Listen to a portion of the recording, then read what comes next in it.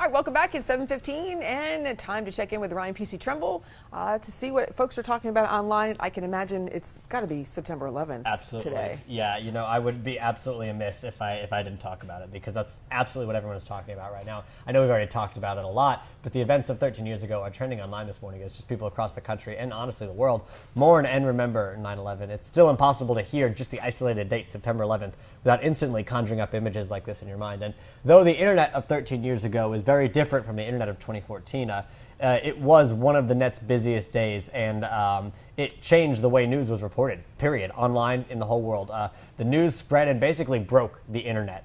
You know, sites like MSNBC and CNN slowed to a crawl, and I found, Kim was noting that I took a lot of notes on my page, but I found an extremely interesting survey by the Pew Internet Research Project just 1 year in 2002, and they said by then 32% more people in America had started reading news online following the attacks of September 11th. You know, 19 million people after the attacks used email to get in touch with friends and family who they lost contact with, and a similar just under 19 million stayed in contact with those people. That's after. interesting. I didn't realize all that. Yeah, and you know, I was looking into, because you know this segment is sort of about, you know, how the internet, you know, affects things, and we always talk about, you know, how nowadays it's instant, you know, instant news. And this story, and it's crazy to me that I remember this, you know, and lived this and just saw how it's all changed. You know, this story changed the way news was reported, and it changed the way the internet works, and it changed the way how people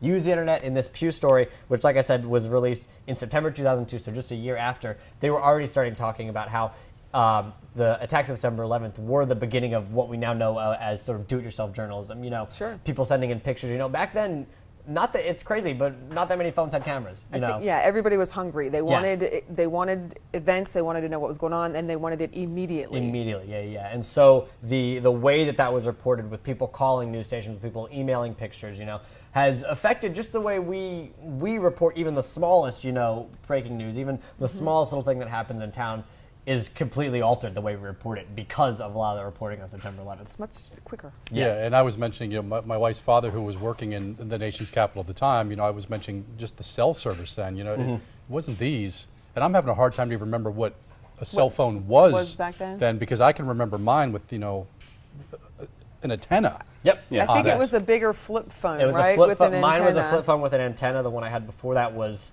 still not yet a flip phone, but they all had antennas. Yeah. You know, none of them had cameras. Certainly nothing. They might have texted, you know, but you had people, you know, at that point it was still calling, and, you know, PDAs were still, you know, super popular at the time, but things like Wi-Fi didn't exist. No, and the number of cell towers was so much smaller because there was literally no cell service.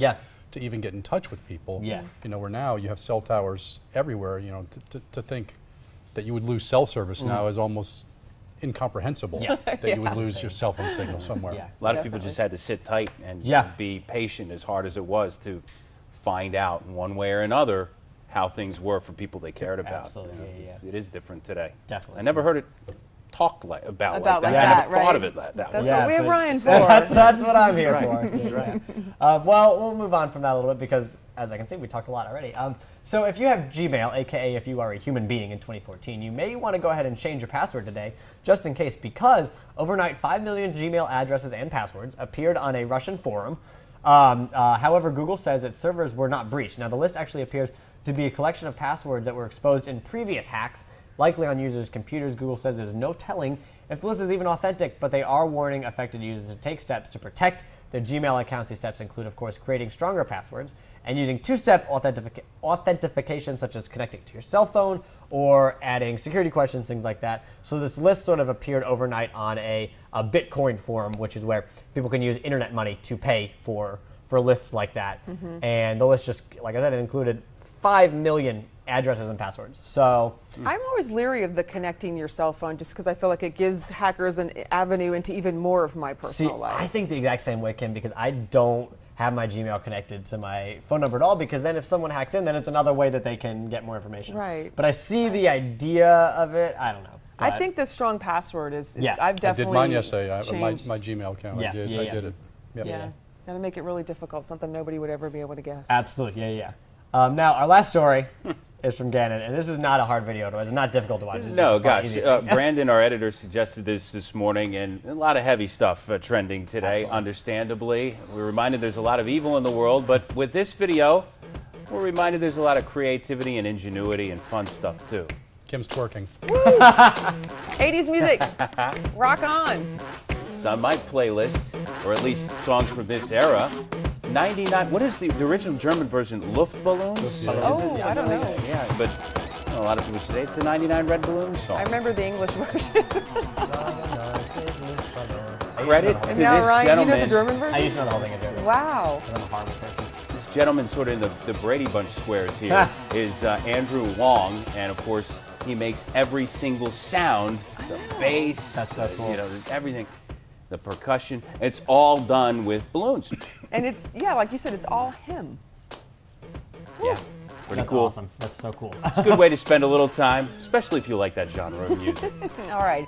Lifting your spirits this morning, and we're going to be back in just a moment with Gannon's forecast.